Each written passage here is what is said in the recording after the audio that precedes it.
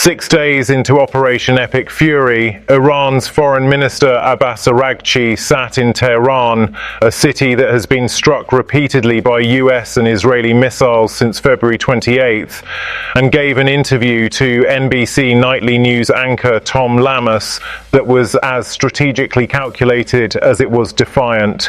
He was not hiding in a bunker, he was on camera in the capital, delivering a message designed for multiple audiences simultaneously, understanding who those audiences are and what he was actually saying, as opposed to what the headlines captured, is the story. The headline was "The Ground Invasion Challenge." Lamas asked Araghchi directly whether Iran feared a US ground invasion. His answer was 4 words: "No, we are waiting for them." He added that Iran is confident it can confront American troops on the ground, and that a US ground invasion would be, in his words, a big disaster for them. The White House had said the same morning that current plans for Operation Epic Fury do not include ground forces, but that such a possibility cannot be ruled out. Araghchi was responding to that open door, daring Washington to walk through it. Trump's response to that dare was brief and contemptuous. When asked about Araghchi's ground invasion confidence, Trump said it was a wasted comment. He added, "They have lost everything. They have lost their navy. They have lost everything they can lose." That exchange, an Iranian foreign minister daring the US to invade from a city being bombed, a US president dismissing the dare as irrelevant, captures the psychological dimension of this war as precisely as any battlefield report. The ground invasion question matters beyond the exchange itself. Iran's military doctrine for repelling a ground invasion is not conventional. Iran has a population of 90 million people. Its territory is 3 times the size of Iraq. Its IRGC has spent decades preparing asymmetric warfare scenarios specifically for a US ground incursion, pre-positioned weapons caches, irregular militia networks, mountainous terrain that negates American air superiority at close range, and a Basij paramilitary force of several 100,000 fighters who would be activated immediately in a ground war scenario.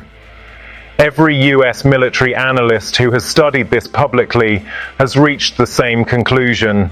A US ground invasion of Iran would be the most complex and costly land operation the American military has undertaken since the Second World War.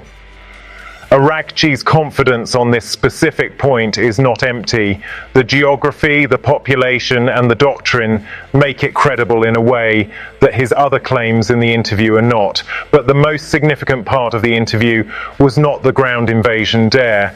It was what Araghchi said about negotiations, because it directly contradicts what both sides said publicly just 48 hours before the bombs fell. Last Thursday, 2 days before Operation Epic Fury began, Araghchi was in Geneva meeting with Trump's special envoy Steve Witkoff and Jared Kushner.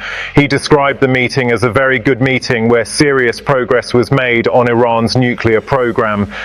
Technical follow-up talks were being scheduled. Oman's foreign minister Badr al-Busaidi had publicly said peace was within reach. Then the bombs fell.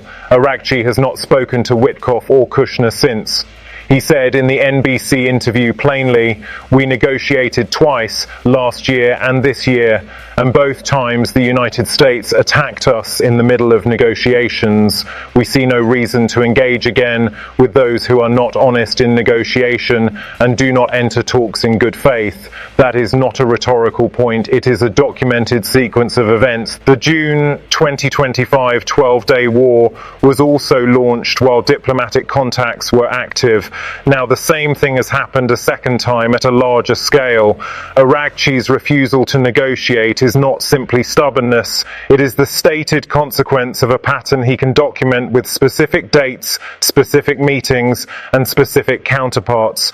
The question of whether that pattern reflects a deliberate US strategy of attacking during negotiations rather than through them, or whether the timing is coincidental, is the central unanswered question of this war's diplomatic dimension, and it is the question Congress has not received a clear answer to.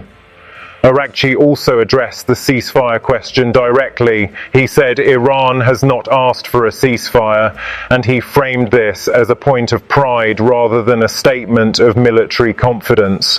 He reminded Lamas that during the June 2025 12-day war, it was Israel that asked for the ceasefire, an unconditional one after 12 days. He said last time Israel asked for ceasefire, he did not say Iran won that war. He said Iran's definition of winning is different from America's and Israel's.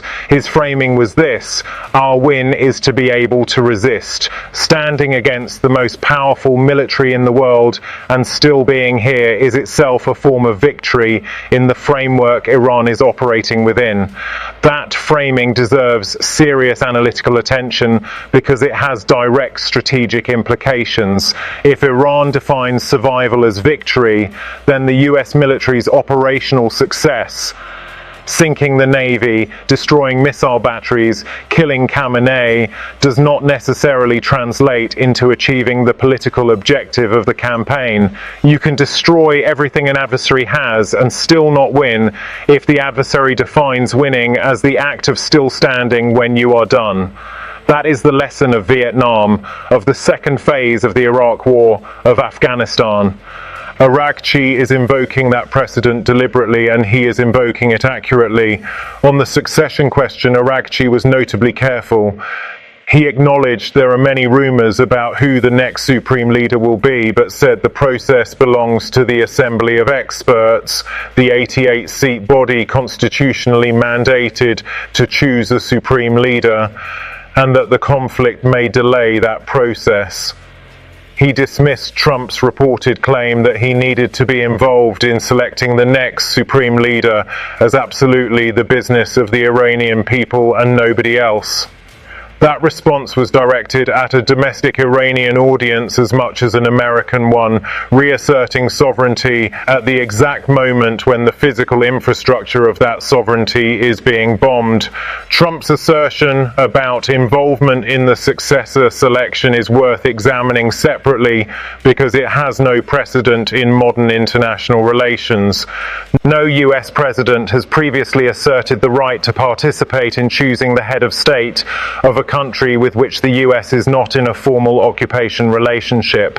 It is either a negotiating posture, implying the US will use the war to shape Iran's governance structure, or it reflects a genuine belief in Washington that regime change means installing or approving a new leadership rather than simply removing the existing one.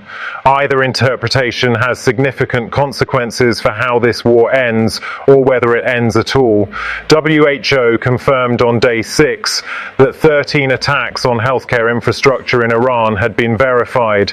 Iran's ambassador to the UN alleged US strikes had hit medical facilities. These claims are unverified by independent reporters on the ground in Tehran, where media access remains severely restricted.